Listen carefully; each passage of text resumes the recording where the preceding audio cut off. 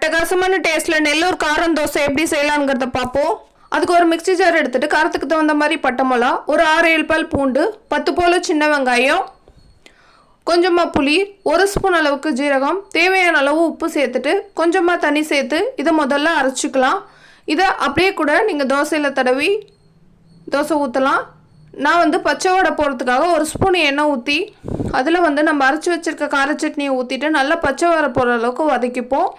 இப்போ அடுப்பில் கல் போட்டுட்டு அதில் மெலிசா தோசை ஊற்றிக்கலாம். ஊற்றிட்டு நம்ம சட்னி பண்ணி வச்சுருக்கோம்ல அதை 1 ஸ்பூன் எடுத்து இதில் ஃபுல்லாக அப்ளை பண்ணிவிட்டு 1 ஸ்பூன் அளவுக்கு எண்ணெய் ஊற்றி ஒரு சைடு வந்தோடனே க்ளோஸ் பண்ணி அப்படியே தோசைக்கல்லேருந்து எடுத்து வச்சு சாப்பிட்டீங்கன்னு வச்சுங்க, டேஸ்ட் சூப்பராக இருக்கும். தோசை சாப்பிட்டுக்கிட்டே இருக்கலாம் போல் இருக்கும். இப்போ அதே மாதிரி முட்டை தோசை எப்படி செய்யறதுங்கிறத பார்ப்போம். அதே மாதிரி கார சட்னி அப்ளை பண்ணிவிட்டு ஒரு முட்டையை ஊற்றி ஃபுல்லாக ஸ்ப்ரெட் பண்ணி விட்டுக்கலாம்.